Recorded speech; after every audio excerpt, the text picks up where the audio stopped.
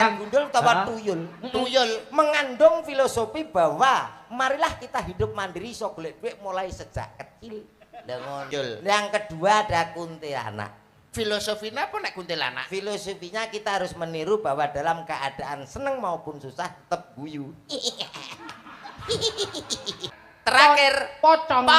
Pocong mengajarkan kita semua untuk hidup selalu sederhana. Artinya pocong kuwi ket biyen mulai biyen kan tek saiki kan nganggone putih, gak nganggo rena giwang ya gak gawe. Sampeyan tahu teman pocong nganggo merah putih ngono apa mana? Apa nganggo batik kan ya gak putih. Aku petuk ngono ya. Hah iki neh. Yuk.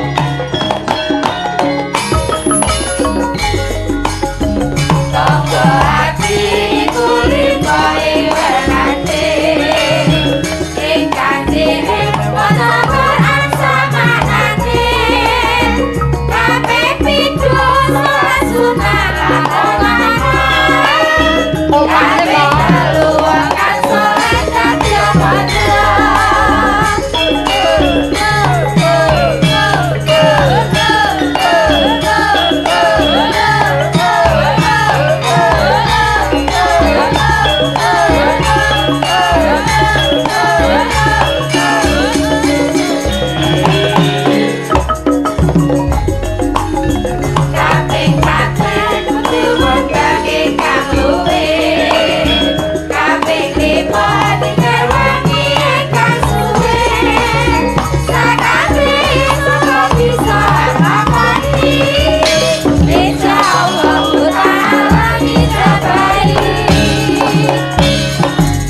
Assalamualaikum warahmatullahi wabarakatuh. Selamat malam Cak Yuda.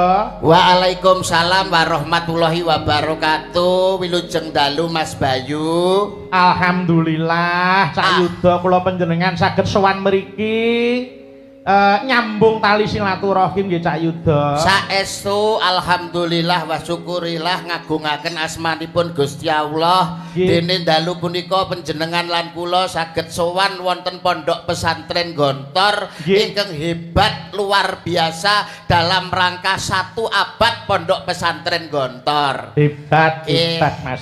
Kula gadah pantun Mas. Apa pantunnya dari Mas Yuda? Menyang Babat numpak sepeda motor.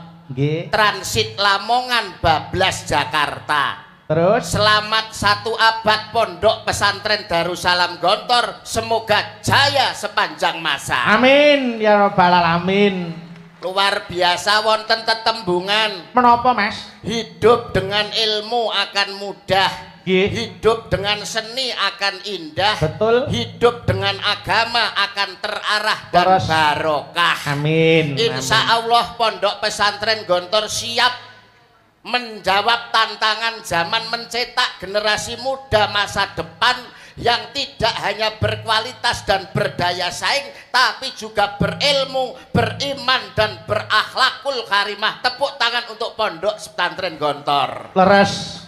Hebat. Kula percaya Mas, yen to pondok pesantren Gontor akan lebih maju karena saat ini terdiri ada 12 kampus putra dan 8 kampus putri. Dari Sabang sampai Merauke.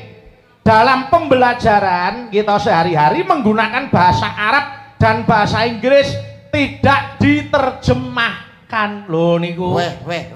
Kamriye ben kulino dan untuk menghadapi tantangan zaman ke depan Mas Yuda. Leres. Malah keporo dalam 100 tahun pondok pesantren Gontor menika sudah mencetak generasi-generasi yang hebat loh Mas Bayu. Oh ngeten. Kathah sanget tokoh-tokoh nasional itu yang lahir dari pondok Gontor sini. Kados to. Salah setunggalipun nggih menika Almarfurlah Kiai Haji Hasyim Musadi, mantan Ketua Umum PBNU. Panjenenganipun Profesor Dr. Din Samsudin, Ketua Umum Muhammadiyah. Malah keporo budayawan kundang, seniman kundang Nusantara, panjenenganipun MH Ainun Najib Cak Nun lahir dari pondok Gontor mriki. Luar biasa.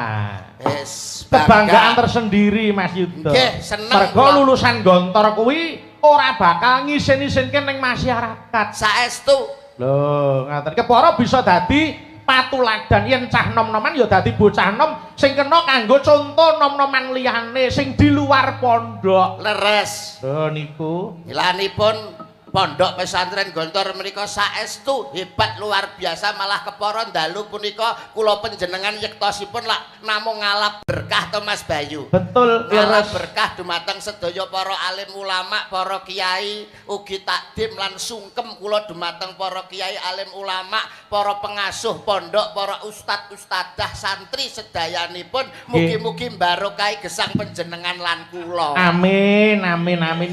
Tur niki ngeten Mas, ini saya bisa matur ini panggung yang luar biasa. Leres. Panjenengan pirsa to, panjenenganing pimpinan pondok wiwit njenenganing Bapak Kyai Haji Hasan Abdullah Saha. Nggih. Anggenipun lenggah kalian para pamriksa niku kabeh mung semende ana ngersane Gusti Kang Nyipta jagat. Leres. Lenggahe ana Ibu Pertiwi, pepayone amung Bapa Akasa. Ning nyatane dalu menika dipun paringi tingkas ora udan, tegese kabul sing dadi pandungane Allahumma amin. Wah, hebat. Dawuhipun para alim ulama, dawuhipun para pini sepuh, dongane wong 40 padha karo dongane wali siji. Sing rawuh sak menten kathahe pun wali pinten ingkang dongane pahargyan kelenggan dalu punika. Betul. Saestu luar biasa berkah saestu Mas Bayu. Tur ya ora mung bengi iki kok Mas. Ora mung dalu menika. Pripun? Rangkaian kegiatan niku kathah sanget.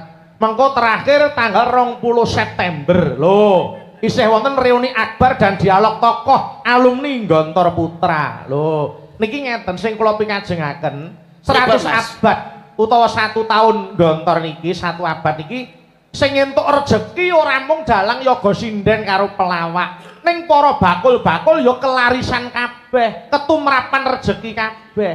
Lho, kita perekonomian berjalan, Nggih. UMKM melampah, dulur-dulur pedagang, dulur-dulur sedayanipun mengais rejeki di Pondok Pesantren Gontor. Nggih. Niku hikmah utawa barokah ingkang luar biasa lho Mas Bayu. leres, leres. Napa melih wong panjenengan lan kula menika kan duweni kewajiban setunggal. Nggih. Tolabel iki ngapet to kowe iki kok ganggu Boten, mesti rencana niki dijak omong boten nek gak tak mantuk. Lah sampean ki rene ki arep omong apa arep nyapa? Lah piye kadung go cangkem Mbok dijak omong ya ta ora ngono. Lah nek pengen ngomong ya monggo tak ngomong digawe kesempatan gitu Mas Bayu. Nggih, Kaya aku nggih. dikira epeh ora menehi kesempatan ning gone awakmu. Lak ngoten to Mas Nggih, Bayu. wilujeng dalu Cak Komet. Wilujeng dalu Mas Nggih. Bayu. Kabaripun sehat to? Alhamdulillah sehat. Nggih. Cak Yuda, Dawuh Mas Bayu. dalam acara 100 tahun Pondok Gontor niki. Nggih. Para panitia pun ngerancang acara yang luar biasa. Sayek saeka praya Mas. Kekompakan kelihatan. Nggih kompak saestu semangat saestu napa melih menyambut panjenengan saha rombongan kanca-kanca abdi digelar daharan sak monten kathahipun. Niku berkah kangge kula. Cak Komet. Nggih. Nggih. Ah, derek remen Mas Bayu. Dumugi mriki rak nggih wilujeng ta? Wilujeng. Nggih. Alhamdulillah. Cak Yuda, Dawuh Mas Bayu. dimulai Nggih, tanggal 31 Mei Nggih. sampai 28 Juni. Leres. Niki wonten Super Kopa 100 tahun Gontor. Nggih. Terus tanggal 6 Juni wayang kulit. Nggih. 8 Juni tablik akbar. Wah, jeng ben. Oh. Nggih, 20 tekan 22 Juni Forbes National Economic Summit and Expo 2026. Nggih. 20 sampai 21 Juni Sarasean Kiai Pesantren Nasional. Oh niku oke banget niki acara. Wah, padat ning tidak mengurangi rasa hormat ning nyatane sedaya para tamu lenggah mirsani pagelaran wayang kanthi nikmat tur ya memperhatikan pagelaran dalu punika. Leres, Cak Wah, Komet. Nggih. Tak nggih sehat ta? Sehat Mas Bayu. Nggih. Nggih, engko Mas sampean. Kok nesu? Alah Kok orang urung nesu? yo ngono Adek. Wong ki ora oleh nesu. Mbok Inauloha masobirin wong sabar. kekasih Gusti. Lah ngono kan ya paham to kowe Lah iki. anak kok iya beda kasih kok. Becik ketitik. Kala ketara. Hafalno kowe koe Wong- ing ngarsa, Sung tulodo. ing madya, Mangun karso. tutwuri. Handayani. Paham ngono kowe. Maksudnya nek- Bono Mas- caraka. Doto sawala tak kepruk boto bongko. Kok nesu. Apa Kok omong, nesu. tengah jenging para alim para Iki ulama para aja alim ulama, para Cek bini jelas sepuh. to wong sing nanggape pondok kok. Sivitas akademika, Nah. ilmu pendidikan ki kudu dijaga. Awake dhewe ki sowan ning ndi papan nggawa empan, iso mapakne ning gone awake dhewe kok omong sak omong kok iso iki lho. Ora seneng aku. Karepku ki ngene lho. Piye nek arep ngomong digawe kesempatan nggih Mas. Nggih karepe pripun? Monggo. Karepe pripun? Lah, Nek Pak ngomong. Yudo ditangkleti kathah, kula nggih ditangkleti kathah. Oh, Lah ngaten. trimo kok sehat. Lah nek ora sehat mosok tekan kene. Ya sekarang anak ini so tipip sehat. Positif. Positif kok so tipip. Oh, alah dadi sing ku takon kurang akeh. Nggih no. Oh, nggih. Ngeten, Cak Komet. Nggih, Mas. Panjenengan kula rawuh saking dalem pundi daleme? Saking Bojonegoro. Cobi Bojonegoro dugi Ponorogo medale pundi mawon Mas sebutke wis. Nggih. Oh, Kathah anu, niku. Bojonegoro ngidul Ngawi. Nggih, terus Ngawi kula terus Mospati terus teng ngriku setengah jam. Terus Mospati niku gorang gareng terus iki sing guyu di sopir-sopir.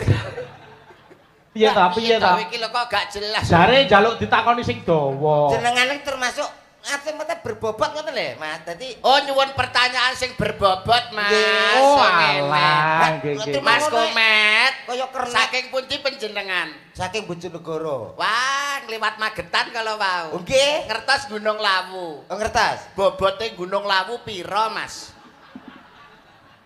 Lah terus nek Berbobot lho ki pertanyaanku. Nyun sewu, mriki wonten timbangan gunung.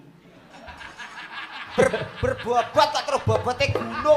Lah ngewohke to Mas nggih to? Aku ki repot Panjenengan kalih kula kedah pripun nek ngaten? Nggih, nggih. Ngeten iki lho, berarti termasuk sampean-sampean ki menyepelekan apa yang sampean lihat. Lho, kok Kalau aku menyepel- ki ditakoki akeh-akeh terus gak iso jawab ngono. Ning pondok pesantren Gontor ki tak buktekno, Mas. Nek sampean karo aku panggah cek cerdas aku. Lho kok modelmu kok mlete terus sombong ki lho. Lah kene ditakoki sehat Mas Komet. Lah kene duwewu aku gur sehat tok iki. Hejal. Mbok yo sing dawa sing penak omong-omongan takoki kok perjalanan ngliwat endi ae. Aku iki kernet apa pelawak dene.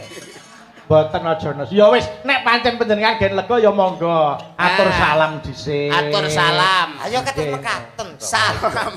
Salam ki sunah sing ngucapke. Lah Nggih. Ning wajib kanggo sing Sing jawab. Ayo no. Ana salam sing gak wajib dijawab. napa? Salam imam karo makmum pas atakiyat akhir. Assalamualaikum, masuk makmum. Waalaikumsalam. Ayo bro, selfie. Layak aku tau tak jawab didoni. Kabeh iki ana trap-trapane. Ana trap-trapane. Lah, kula kan teng pinggire sing arep dhewe kae. Nang gurine pas. Ngarep dhewe imam. Kudu. Lho, arep dhewe sing mimpin salat kan jenenge imam. Oh, kemeruh Mbah Kabit nggonku kae. Lho, lah ya Mbah Kabit kuwi dadi imam. Ora. Imam ki biasanya pinggirku nak ngarep kae Mbah Kabit. Salam ngono. Assalamualaikum. Waalaikumsalam, Mbah. Ngono. Oh, sing nasar iki kowe kok ayo ngaturke salam sing apik, cah kok baguse kaya ngene. Gak seneng aku lho.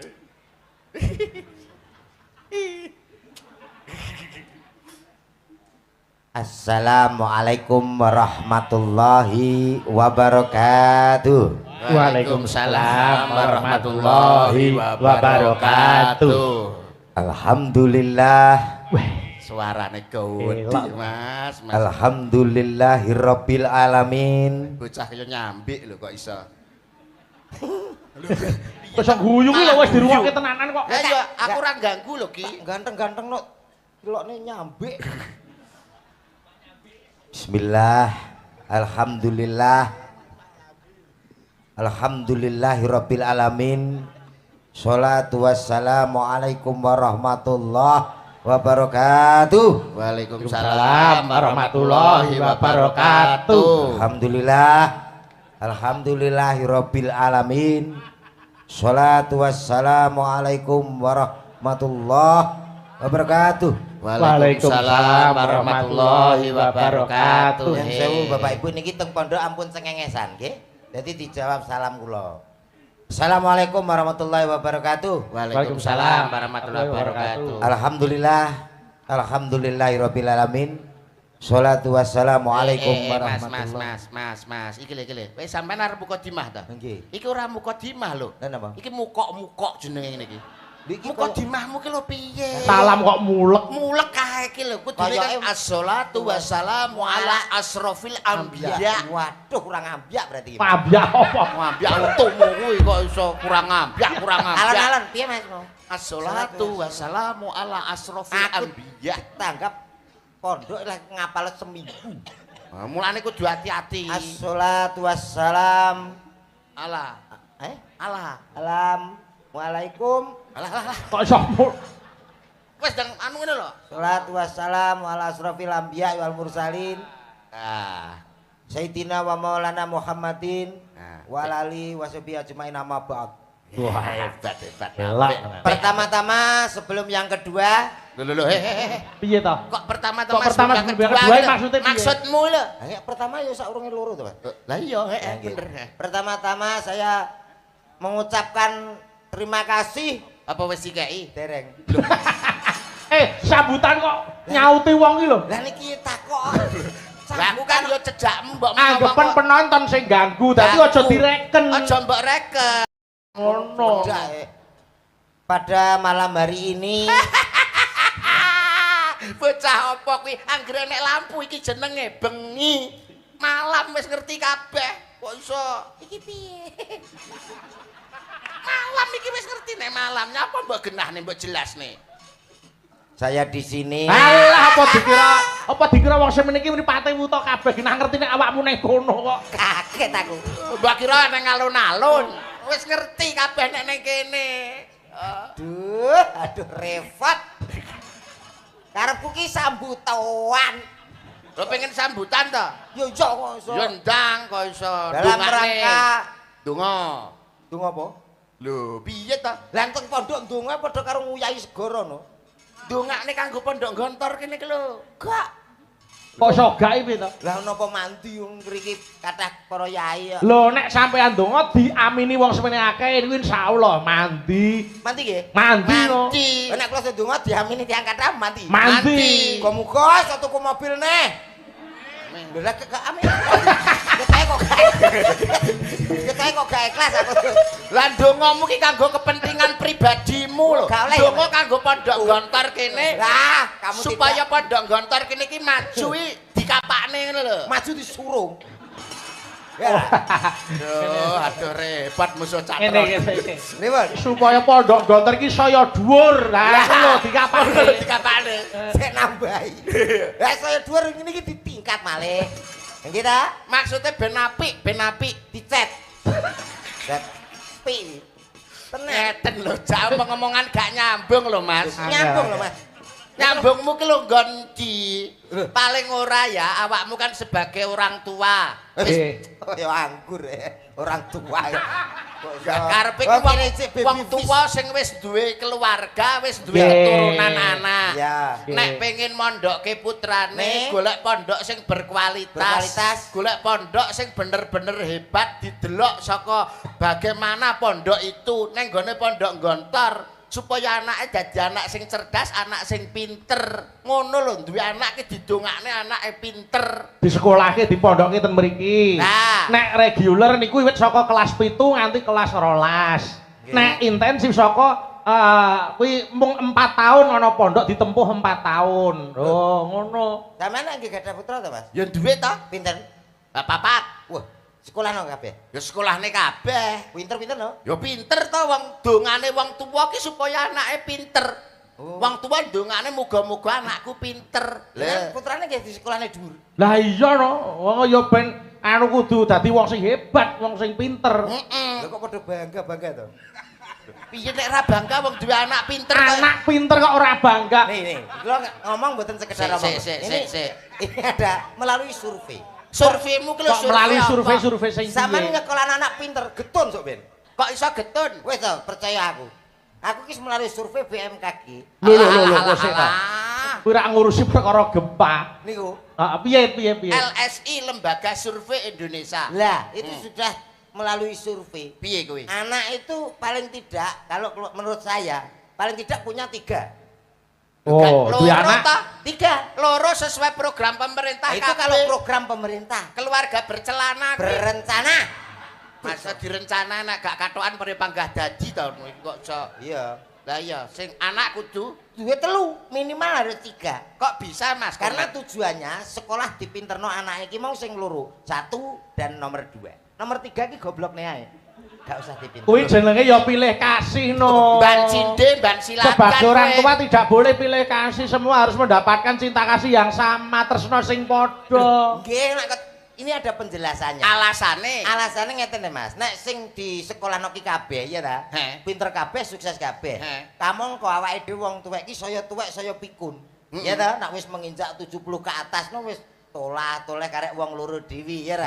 Nek sekolah pinter anak-anake kuwi berhasil nang kono dadi guru nang Jakarta. Nang Jakarta dadi pegawai pajak, He. polisi nang Surabaya. He. Karek dhewe nang omah toleh ya ta. He. Dhewe ra ono sing ngopeni awake dhewe. Lah terus nek digoblokne sitok. Goblokne siji lah kuwi sing gak dadi apa nang omah nunggoni awake dhewe. Sing ngopeni. Sing ngopeni. Oh, lah dulurmu pira ta, Met? 3, Mas. Lah sing siji nang ndi? Siji nang pajak nunggoni Surabaya. Sing nomor loro. Dadi pegawai BUMN Jakarta. Lah sing nang omah. Aku. Berarti sing digoblokne kowe. Oh Kowe iya. sing goblok. Oh sing ngeri ning omah dheke kok. Sing Berarti omah sing digobloke kowe. dheke. Sing goblok kowe berarti. Berarti lagi kroso. Berarti aku. Kok Berarti aku. wong duwe program dhewe kok ora iso ngrasake. Anak ki dipinterke. Nggih. Aku kan anakmu kan ya sekolah. Sekolah no. Sekolah ben apa? Ya ben padha karo kanca-kancane. Lho. Kok sekolah kok gen padha karo kanca-kancane. Nggih, Pak. Kula niku mboten maksa lari-lari kok pinter arepe, ora pinter ora masalah. Yang penting sugih. Ngono. Wis. Nggih, Pak Bu nggih. Kula dongake mugi-mugi sedaya sugih Allahumma. Min. Oh gak maksudnya dengan pinter, dengan kemampuannya, dengan skillnya akhirnya nyambut gawe iso nglumpukne duit akhirnya dadi wong sugih. Ora mesti. Tanggoku ki pinter ya gak sugih belas. Kowe ngerti sing bobol ATM, kae wong pinter-pinter lho, Mas. Iya wong bobol ATM kae wong pinter. Wong pinter kan nek gak pinter mesti kesetrum ndase kae. Kae nyatane yo gak sugih-sugih ya ta. Oh iya Sing iya. penting iki sugih. Lah tapi kan nuwun sewu Mas Bayu Nggih. nggih. Ana tembange kuno jaman biyen kan ana tembang kuno. Piye? Bocah pinter besok dadi dokter. Tumpakane motor helikopter. Pura bangga wong pinter dadi dokter numpake helikopter. Lah Lah sampean sing gak pengalaman. kok ngelokke gak kepengalaman? Bocah pinter sok ben dadi Dokter. ora kabeh dokter pinter. Kosek ta, kosek. Iki kok apa-apa kok sarwa disalahke to. Lho salah no, Pak. Lah nek ora pinter ya ora bakal dadi dokter to ya wong kuwi melalui proses beberapa apa pendidikan kok. Lah nyatane wong kula mbuktekno dhewe nek pancene pinter nyapa aku mreksakno anakku kok ditakoni. Sakit apa, Pak? Lah aku ngerti nyapa tak gorene. Iya ta? Kudune wong pinter aku lagi gendong anakku ngono. Ini kena malaria lho ngono. Iki titanes lho ngono. Ya jenenge prosedure kesehatan ki nek jenenge dokter iki diperiksa dulu lagi ngerti penyakite. Apa diperiksa ya gak nyenengke belas. Kok gak nyenengke? Anakku gur ditul udah ndak apa-apa ini ngono lho. Lah wong ora kulaan mbok ditutul rata. Dadi kan awake dhewe iki puas ngono. Maksudnya ditutul pindho ki dokter wis bisa Iku dinggo mendiagnosa. ngecek detak jantung, kecepatane pira. Ngono. Jenengan kok ketoke mbantu dokter. Wong dokter mari ngono terus ngomong, "Ndak apa-apa, ini ringan, cukup dirawat jalan aja." Loh, aku ya nesu sebagai bapak. Lah kok nesu? Lah dirawat ning dalan ya nek naik kendaraan. Anak kendaraan Alah Gusti, cah kok goblok murah umum lho. Loh, dokter ngono. Karepe dirawat jalan kuwi ya Mas Komet, Nggih. kuwi nek ngrawat karo mlaku. Apa iso? Masang impus, muntal pil. Ayo, Dek, ayo, Dek. Dek. Ayo kok kamu kok gerak terus ta ya. Ora iso lho, Mas. Ya aja kaget Mas Yuda. Nggih. Sedulure dhek rak 3 to. Nggih. Dhek rak sing nomor 3. Lah niku Aja kaget. Aja kaget. Kene lho Pet, sing dikarepne rawat jalan ki awakmu gak nginep ngono. Lah aku nginep ya apa kenal wong kenal ora kok nginep lho. Lah nek kuwi nggone keluarga aku nginep. Rawate ki lho karo mlaku. Ora iso. Ora oleh nginep kowe. Ya yo ora kenal yo ora ngene. Rawat jalan iki tegese ora dinepke ning rumah sakit kuwi. Ora kon turu ning rumah sakit kono. Ning dalem kok doktere ngawat-awati saka kadowan. Ngono lho. Oh ngono. Heeh. Ya apa ora dipasang CCTV. Ha terus doktere ngomong piye meneh? Hah? Doktere ngomong piye meneh? Aku mari ngono priksa. Nggih. Apa kowe? Lah kok iso kewemeruh to? Kok dokter kok kemeruh pancen dokter ki ya ngerti. Nah, ini Bapak usianya berapa? 40, Pak. Bapak suka makan kambing? Ya. Enggak boleh, Pak. Loh, kok kau oleh wong aku tuku-tuku dhewe ya. Enggak begitu. Maksudnya dokter ki kok ora ngono. Ora kok yo aku ngerti nek kuwi dhuwit-dhuwitmu dhewe lah tuku-tuku dhewe. Aku ki ngerti. Loh, Tak sewampet pisan nek wis suwe-suwe. Senenge. Nesu aku ki nesu. Aku ki nesu. Ayo ngomongnya terus ngene kok. Nah. Enggak boleh, Pak. Itu anu kambing mengandung kolesterol ngono. Lah betul, nggih ta Mas. Ayo Bayu, no nggih. genah no. Saya Yang ora cocok. kuat ya sirahe ngelu wong mengandung kolesterol kok. Pendapat dokter saya sangat setuju karena kambing itu memang mengandung kolesterol. Bener betul kuwi. Lah sampean ya padha karo doktere. Lah kok iso? Loh, kambing ket biyen ki mengandung cempe. Oh, kambing kok mengandung kolesterol ki lho. Lah nek takon kolesterol metu pira, Lek? Kalih lanang karo wedok. Enggak, maksudnya bener ya ta. Iya. Nek kambing kuwi mengandung cempe bener. Iya lah, ya. Maksudnya cempe ki lho karo kambing Ya. mengandung kolesterol. Oh, berarti putune kambing. Berarti putune kambing ki jenenge kolesterol. Daging kambing Iya, iki lho. kuwi ana kandungane. Nek makan banyak Ya. itu nanti bisa kena Kolesterol. kolesterol, akhirnya darah tinggi terus stroke. Berarti kakean daging. Iya. Lah macan kan bendino panganane daging kok ya ora stroke. Era, Wong nek ra pengalaman, wong Nggih. nek ra pengalaman, Ah. menungso nek kakean mangan daging stroke. stroke. Macan ke kakean mangan daging, stroke parah Mas Malan. Kandhane kuwi ngeyel maido kuwi. Macan ke stroke malah parah. Kok so parah ya? Mlakune ngantek ngene lho Mas. Coba nek ora aku kan mangan, dek iso mlaku. Heeh. Sikil gandeng Ngadeg kae ngene. ngadeg gandeng dek kolesterol, kok kan mangan Akhirnya daging ngene. mlakune brangkang. Brangkang ke Pomo parah ke stroke. macan mlakune ngadeg no paling enek macan tos. Wah, Aja senengane. padu, aja padu. Oke. Rasa udur. Filosofi yang baik untuk pondok pesantren Gontor sedikit kata mutiara kanggo sampean. Nggih. Angsal ta, Mas? Monggo, Boleh, asal, boleh. asal, boleh. Yen saya mboten ateges kula kok ngurui napa kula keminter nggih pangapunten Awit. ingkang kadang. Ning saderengipun Nggih. filosofi menika dereng nate ditemukan di mana-mana. Weh, Lah, temuan baru. Urung ditemukan arep mbok omongne iki lho. Lah iya iki cek golek kok. Oh, Kono yang duwadak ya. iya. Nggih. Jadi ndak usah orang hidup tuh perlu mencontoh filosofi yang satu ini. Ada 3 filosofi yang bisa kita ambil dari nama-nama setan. Loh, wis setan. Kok iso setan tok gawe rene iki? Ya wis pas Mas nek setan ngomong setan ki ya wis pas. Maksudnya jangan ngentahi ngono Mas, iki kan ambil filosofinya. Dari sisi baiknya. Sisi baiknya. Mengambil filosofi dari sisi baiknya setan. Setan Apa wae? ada tuyul, ada kuntilanak, Terus? dan pocong. Weh. Yang pertama filosofi tuyul. Yang pertama setan-setan gundul. Nek gak gundul aja dadi setan. Alah iki lho Oh, setan. bangsa. Setan gundul utawa tuyul. Tuyul. Mengandung filosofi bahwa marilah kita hidup mandiri iso golek duit mulai sejak kecil. Lah ngono lho. Oh iya. Kuwi Oh, iya, iya. filosofi. Kabeh iki ana sisi baik, ana sisi buruknya. Sisi baik, Tinggal buruk. bagaimana kita melihat. Mensikapi Nggih. nggih sejak dini sejak kecil bisa Wes. mencari uang sendiri, Iya. berdikari atau mandiri. Mandiri. Hebat ki nek tuyul. Yang kedua ada kuntilanak. Filosofinya apa nek kuntilanak? Filosofinya kita harus meniru bahwa dalam keadaan seneng maupun susah tetap guyu. Oh iya. Ya, ya. Tetep ketok bahagia. Bahagia.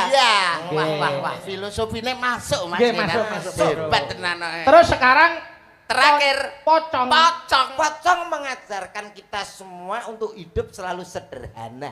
Artinya pocong kuwi ket biyen mulai biyen kan tek saiki kan nganggone putih, gak nganggo rena giwang ya gak gawe. Sampeyan tahu teman pocong kok nganggo merah putih ngono apa mana? Apa Enggak. nganggo batik lho kan ya gak Enggak. putih. Aku Iya, iya, petuk iya. ngono ya. Hah, iki neh. Oh iya. Oh. Mengajarkan tentang Kesederhanaan. kesederhanaan walaupun banyak pakaian tapi pakaian yang terakhir tetap Ya, tetep pocong. pocong Hebat, putih. hebat, hebat, Nggih, hebat, nggih, hebat. nggih, nggih. Pun, Nggih. Dik. Apa ngapa nek? Pun. Kok empun ki apa? Lah modelmu kaya arek ngomong ini mau. Mboten. Ya nek wis ayo sakniki diselingi tetembangan. Oke. Oke, siap. Niki kula tak ngaturake lagu yang bernapaskan agama Islam judulipun Pepeling. Nggih. Kula nyuwun tulung ingkang bawa didum Cak Yuda kalih Cak Komet. Siap. Nggih. Ayo sakniki kula dipun tinting dandang gula panjenengan ingkang bawani Cak Yuda. Nggih. Ngagem cakepan rukun Islam saged. Oh, siap. Nggih. Dalu menika ibu-ibu waranggana anggenipun tetembangan kalih lenggah wae. Ora Siap, kudu nggih. jumeneng. Mboten sah, Nggih. pun. Ora Nggih. oleh jumeneng. Yo saiki bagiane Cak Yuda karo Cak Komet. Siap, nggih. Monggo. Monggo dipun aturaken. Rukun Islam. Suarane sae wonten bebingah Rp50.000. Matur suwun Mas Bayu, barokah. Ngene lho kok enake. Ya ampun, anak. Ngono kok pas sing aku gak iso to. Kang lima puniki. Swantenipun hebat, monggo menika wonten Suwun, Rp50.000. Mas Bayu, nggih. Jan awake nek bejo ra kaya awak. Mas Bayu dono wewek ya. Iya. Monggo. Katin dakno mring para sama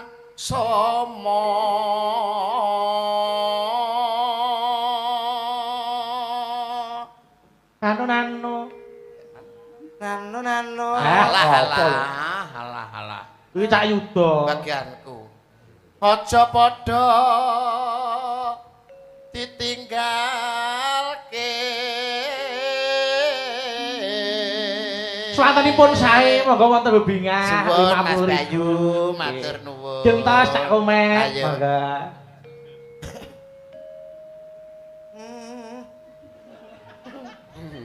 ayo kok Iya cah kita. Kata-katane ini. ya mbah kok iso takok ngono lho coba Kata-katane apa? rukun Rukun ra rukun karepmu. Kok eh kok rukun ra rukun karepmu ki lho lambemu ki lho ger jebles ae rukun Islam puniku Nah, ayo. Suaraku ya. lah Apik suarane apik. Lagi. Rukun Islam puniku. Swantenipun sae Cak Komet. Sae. Nggih, dilajengke lanjut. Yo, sahat. Weh, lho. entang kok kok nganggo Oh, anek popone ya. iki lho rencana ki lho wis iki lho wis iki lho rencana sahadate Sahadate kang angka siji. Suarane hebat, larase pleng. Alhamdulillah. Lanjut. Ayo. Lendi. Ora pane, kono wis 150 ta, Dek. Urung iki lho lagi iki lho jan. Ora kudu ya. Ndang kono. kang angka 211 Monggo Cak Yuda menika wonten hubungan. Nuwun Mas Bayu Lha ijik. Isih akeh lha kuwi lho tasih akeh kok Lah ya lha ijik no. Dene dene kangka telu pengen ora Ramadan ngono ayo Oh, bayi kok warai. ora dinteke sisan. Ayo. Di Ramadan kok dintekne? Ora tegese tembange niku dirampungke. Ayo. Ramadan nindake poso Papat ya. papat Yakat yakat ping 5. ping 5 munggah haji. Nggih, terus apik rukun Islam sampurna. Ayo. rukun Islam Rukun Islam sampurna. Alhamdulillah. Luar. Hebat tembangnya ya luar biasa, suaranya ya apik. Nggih. Monggo yo dilajengke sik langgame monggo. Oh, lah kok keton ah. Diaturke tembangnya pepiling buka celuk saka sapa? Saking Mbak Fahmi mengko nglerek. Nggih, jejere ngono nggih monggo. Ya Mbak Fahmi monggo.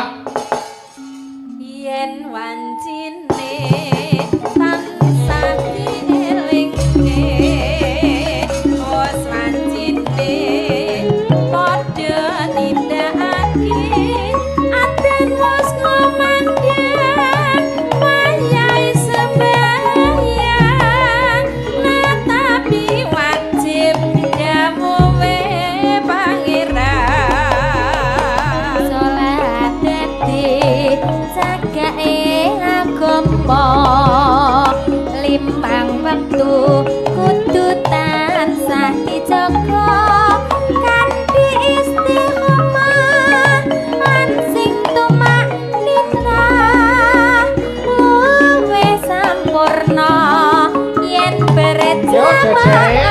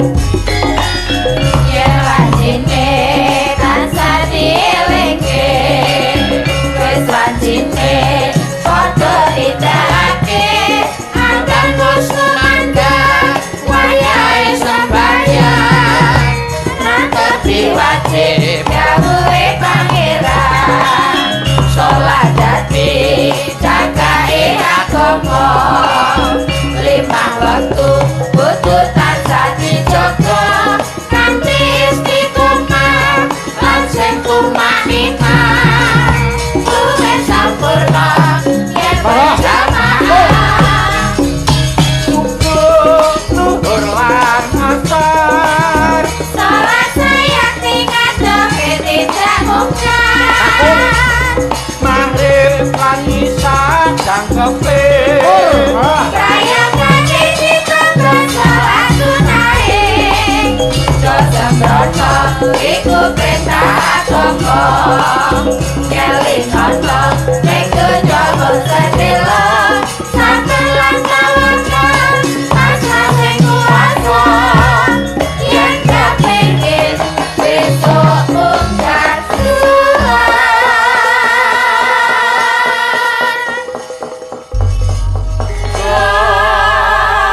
Mas Yuda, nggih wonten Pondok Gontor menika wonten Gambia Store.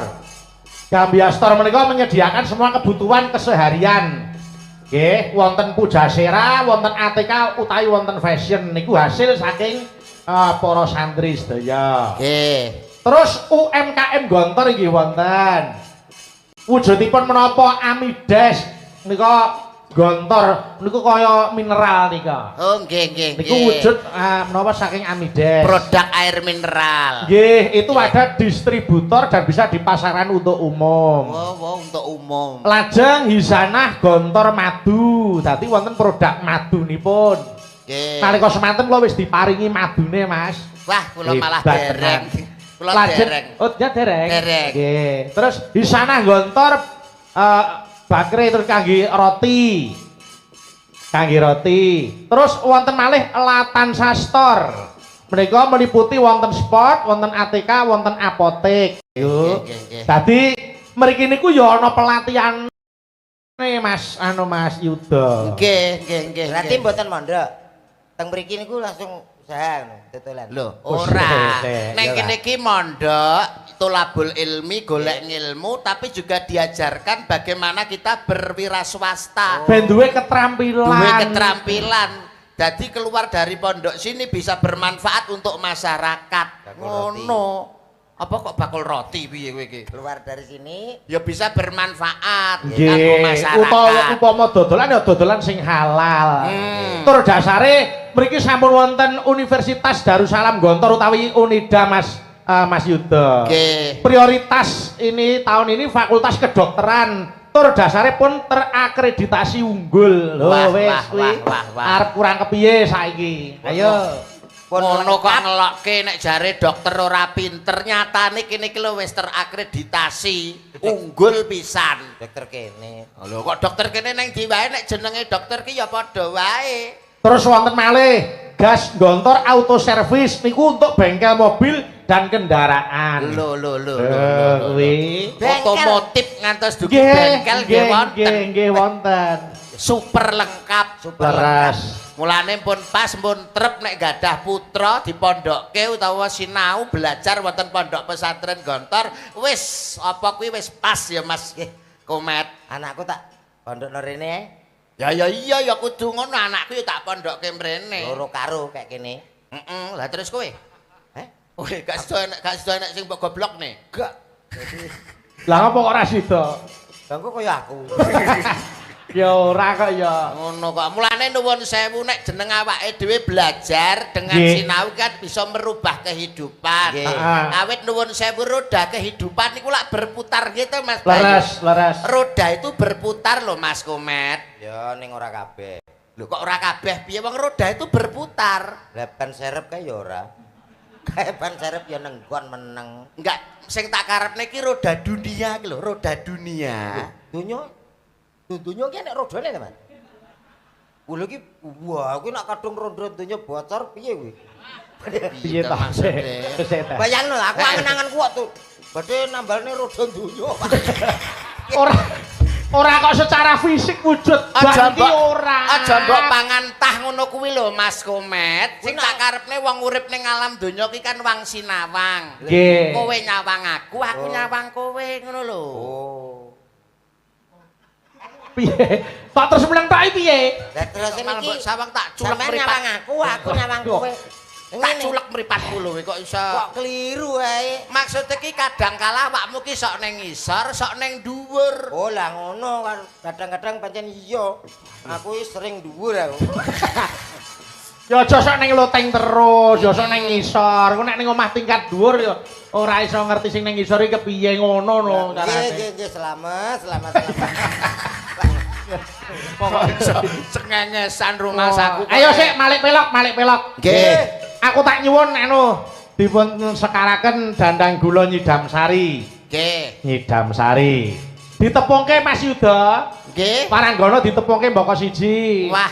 Ayo sampean kenalan saka kono ora apa-apa. Komplit. Nggih. Nuwun iya. pangapunten wiwit saking ingkang mepet. Tengen kula pas ki mepet debok. Ingkang Ayo. mepet gedebok. Heeh. Nuwun pangapunten boten ngirangi Subasita lan Trapsila nderek pitepangan nggih Mbak nggih. Nggih, Mas Yuda. Paring asma Mbak sinten? Kula Ayu Saking Medion. Biasane sampean kok gak ngono to, Mas? lah piye ta? Nganggo lagu. Coba piye? Lah nek gawe lagu piye ta? Lagu piye? Wong lagu seni piye? ora budaya. Oh nggih ya dimaafkan. Lali apa piye kok? Sing maksudmu piye ngono lho? Lho, nganggo lagu dadi awake dhewe iki wong seni, jare hidup dengan seni akan indah. Ya coba jajal. Oh dadi kowe. anu tahu situasi. Oh iki ning nggon wayangan kudu nganggo seni. Betul Mas Wah, Bayu. Eh, Dadi Mbok cobi Coba jajal awakmu sing paham. Coba ditonyoni. Ha iki contoni. Contoni nggih. Oh ini abah kabeh. Coba Monggo. diperhatikan nggih. Nggih. Mas kendangnya Mas. Nggih. Yo kendange. Kendange kon ngapakne? Didal. Alah. Iri. Ora. Oh, Piye? iri. Iramane apa? Dangdut. Nggih Dangdut, pop, rock, blues. Langsung tak dangdut dah. Oh ya. Ya. Ya. Yuk, mulai. Yang ini siapa namanya, Dek? Namaku Gile. Tia Ayu. Pancene ngepasno tempo tadi. Wi nek gak ngerti, oh jenenge Fardi.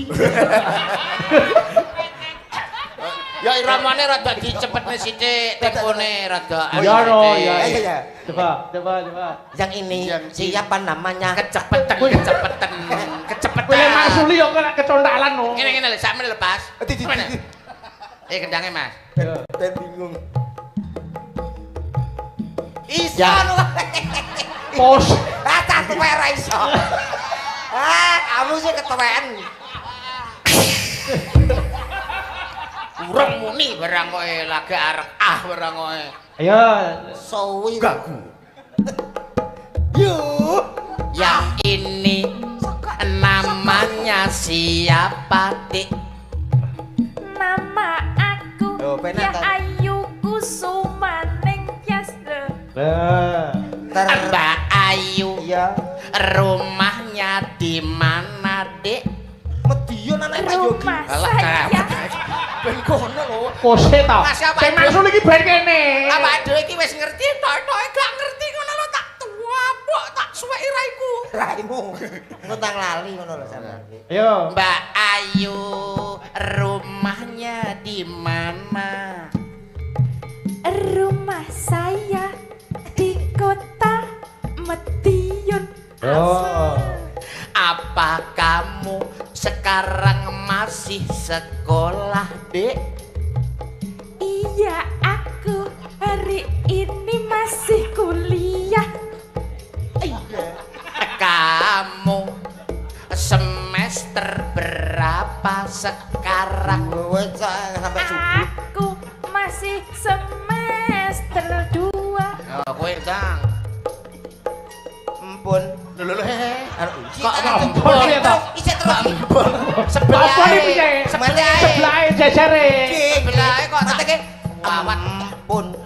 Ya. Untuk yang ini Terus jejere. geser lagi. Namanya siapa? Yo. Aku Iya. namanya Dini Wahyu. Lah kok di Lah wong kowe tekon kok kondi piye? Dilagokke kok kondi?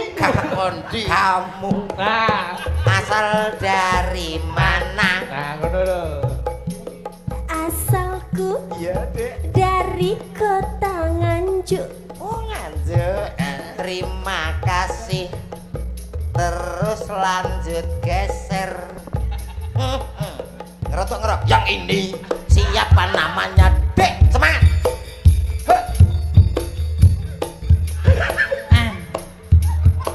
Ayo kamu tekok ke lah. Lah kayak Jawa apa ora kae? Piye lah piye? Mbak, Coba rada banter coba. Banter, banter. semangat. Yo.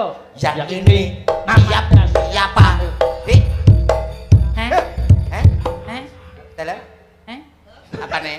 Apa nih? Kae lho. Dalam? Piye tang kowe iki lho? Lah ketakon mah. Ya mau ki tanggunganmu kok iso mbok pasrahne aku. Oh, balik nadane alon-alon ae kono bingung kita ya. Oh, nadane koyo mak kowe ra bingung. Coba. Jenengan paring asma sinten, Dik? Yo. Eh? Oh, ketoke potensiune. Ketoke dope pedhot iki. Kupinge lho ngene konslet. Kamu namanya siapa, Dik? Nama saya? Ya. Saya? Ya, Saya? kok saya bingung. Namanya siapa? Nama saya Gentari. Pakai nada.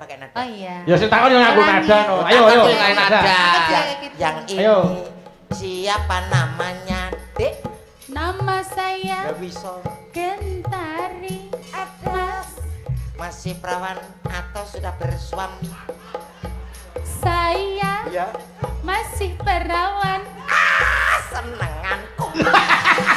Kon kenalan kok malah golek kesenengane iki lho. Kowe malah Iku golek tak tapuk, kesempatan Nyai. lho kowe iki. Iki kon kenalan kok malah golek kesempatan. Iki cukup berkenalan tok. Kenalan tok. Lain-lain nanti Oh iya. Oh, di luar pondok. Di luar. Beda. Gak sido. Iya. Nah, Kurang apa? Piye maksudnya iki lho? Enten Bapak para ya. Yo, Geser yang sebelah Anda. Yo. Yang ini siapa namanya? Nama saya Eka tak uget-uget. Geser. Lah kok mau cendak Ngomong kok? sitok-tok ki lho. Kok dibedake karo kancane? Alamat endi? Terus keluargane sapa wae kok Cilik ku tak takoni reno-reno bingung. nyepelekne. Geser sebelah kirinya, Dik. Yang itu siapa namanya? Asik-asik. Nama saya Dita Intawati. Apakah benar kamu dari Banyuwangi? Aha. Iya. Cekak ya. Lah cekak wong dibethek sih. Lah wis mbok becek ae. Yang geser Ya. Yo. cantik namanya siapa? Asik. Aku Mas Kampret. Namaku Suci. Terima. Kok nesu piye to? Kok nesu piye? Loh, Aja nesu. Aja nesu. Aja nesu lho, Supri, kene lho. Pri kene lho, Pri. Supri Kampret. Omek kok kampret. Sampeyan yo salah inget wong ngene kok kampret iki lho. Alah ngapunten ya Mas. Nek model kene iki dudu kampret, Mbak. Soalnya mirip. Iki ngono mondol. Bener selindro lho. Oh iya. Pripun Mas Lemet? Komet lemet. Namanya siapa? Dik?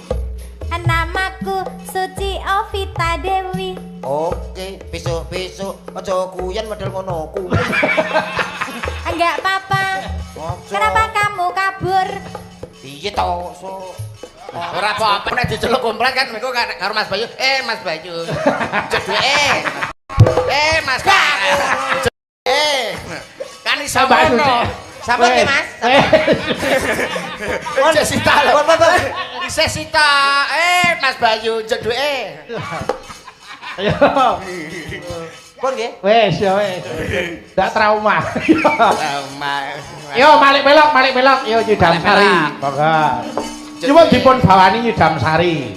Sapa sing kepareng bawa? Aku nyuwun tulung anu karo Mbak Dita Intawati sik.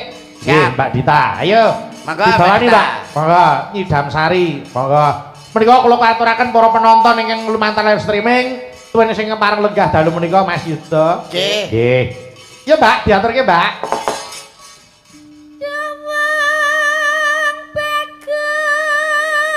Aku. Kowe sing dileme kowe. Jedhuke. Lah. Ngono ae.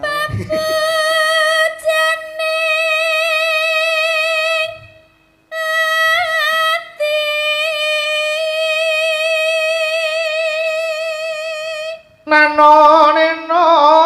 Yo. Wong nandang asmara.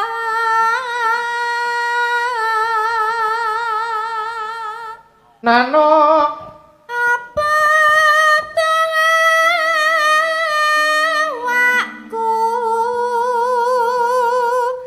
dhewe.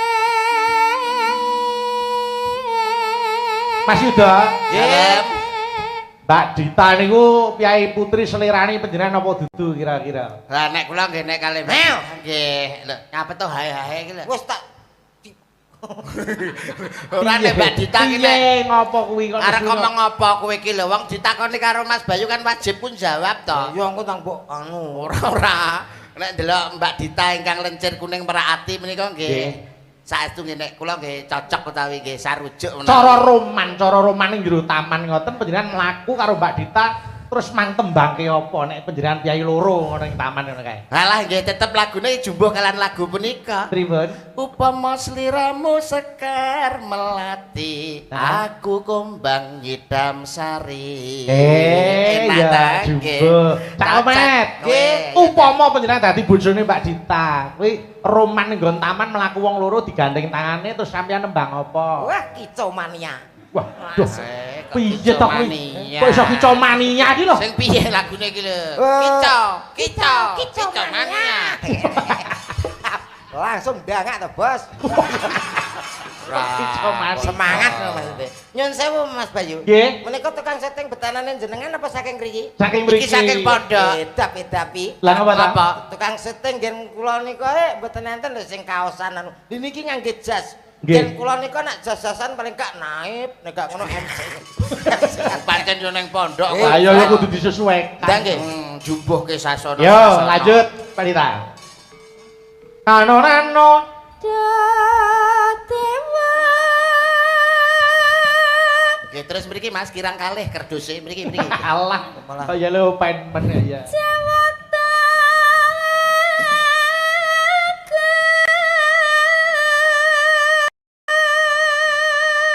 Nenoy walas sana mring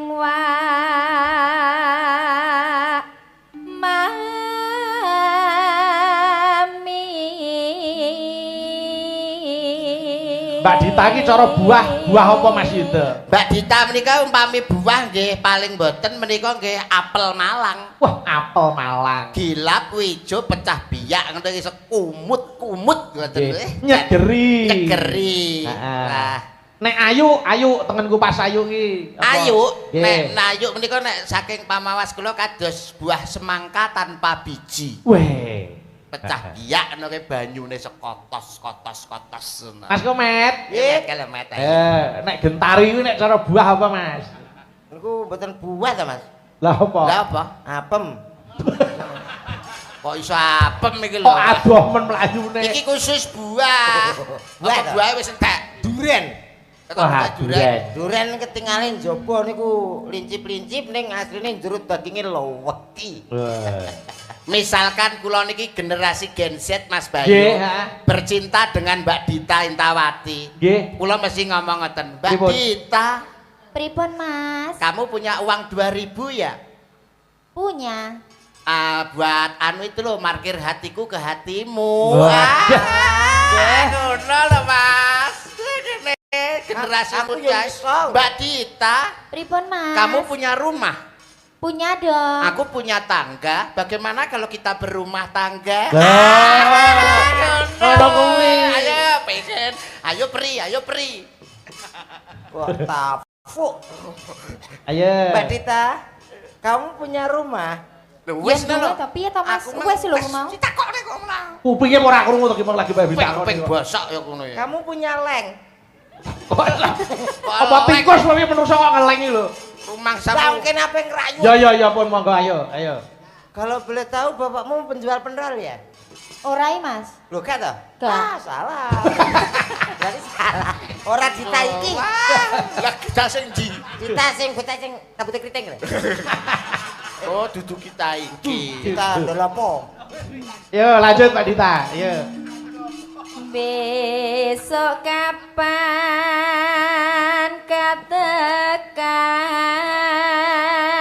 katekan Nenoe jejer lan wong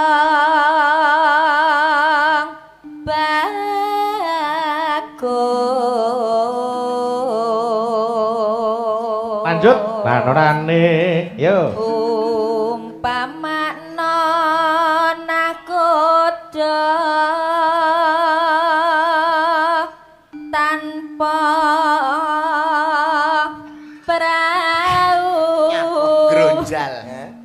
sasat sarang Artine kok Banyuwangi. Ayo. Ing Jalatri. ing jalatri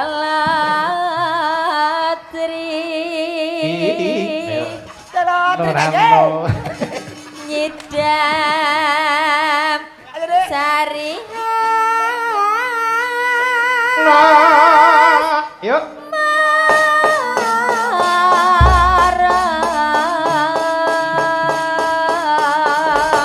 Monggo langgame nyuwun tulung Mbak Eka prihatin sih. Monggo. Ya Mbak diaturke. Monggo. Yuk.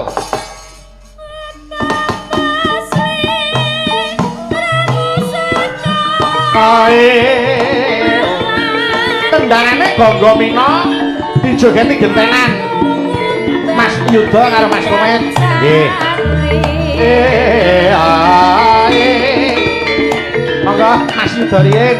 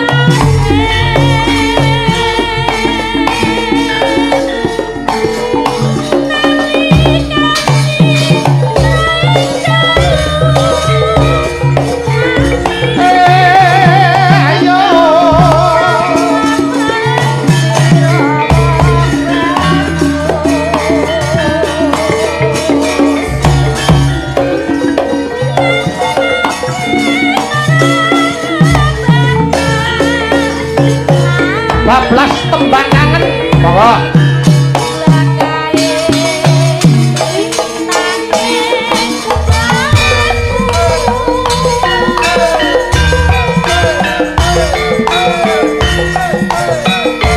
yo gentari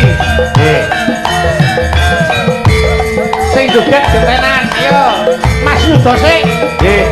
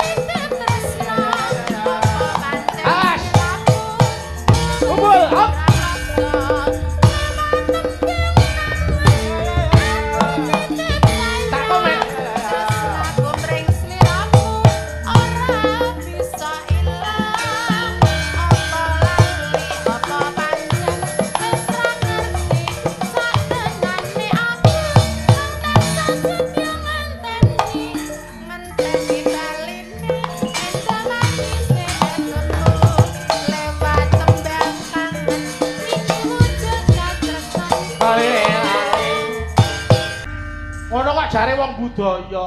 Ngono jare wong irama. Lho, pancen ki budaya. Budaya ku ki longgon ndi? Iki jelas-jelas sabotase to, Mas. Kok iso sabotase? Mosok kene kunoe lali. Coba. Nyatane aku ya penak lho. Ayo gentari coba. Wah, iya. Wang yo coba. Ayo, iya kan? Wah. Ngerti. Alas. Oh, Enak. jengglenge pas iki itu hadiah 50. Nggih, suwun-suwun. Matur suwun, menak pas. Ayo, coba. Ayo. Wayah wengi ayo. Hujan krimis ra usus banyu kang tuwet gunang. Alah, alah, kedisian. Aku kecepetan nih Mas. Para ngenteni, baleni nek. Ayo. Coba. Ya. Tak yuda sik contoni pisannya. Nggih, contoni. Pas jengleng mumbul, ayo. Nggih. Ya kan? Wayah wengi hujan krimis ra usus banyu kang tuwet Nah, ngono lho. Penak. Ya, niki itu jatah 50 Mas Yuda gandeng Suwun pas. Mas, Nggih. malah kok banjir terus. Wis roro 50. Ya, yo Cak Omet dipaske, yo. Ya kan? Wayah. wengi hujan krimis ra usus Jalan. Oh, ya. Alah, alah. Wis pas kuwi. Pas. Ki dite ya pas entek. Nggih. Alah kere. Lah ora mau-mau kok yo. Mau-maune nyapa? Ora Iya. kok pasne. Kudune mau-mau. Oke. Niku peparing saking Pak No Kulit. Pak No Kulit. Menika Mbah No Kulit Petung Rejo Nguntara Nadi ngersakaken pepeling tiket swarga kalian woi ngaren. Oh nggih. Kagem ulta 100 tahun Pondok Gontor. Oh nggih. Matur sembah nuwun menika dipun paringi tali asih 100.000 rupiah. Nggih. Sadurunge kula ngaturaken tiket swarga, kula badhe ngaturaken selawat badar langkung rumiyin. Selawat badar. Heeh. Sapa yo? Kula nyuwun kalian Pak Diarto. Monggo. Yo. Oke. Menika kula kintunaken para kadang-kadang santri sedayanipun. Oh nggih. Yo, Cak, diaturke selawat badar. Monggo. Monggo Pak Gi. Anu, yo. Salatullah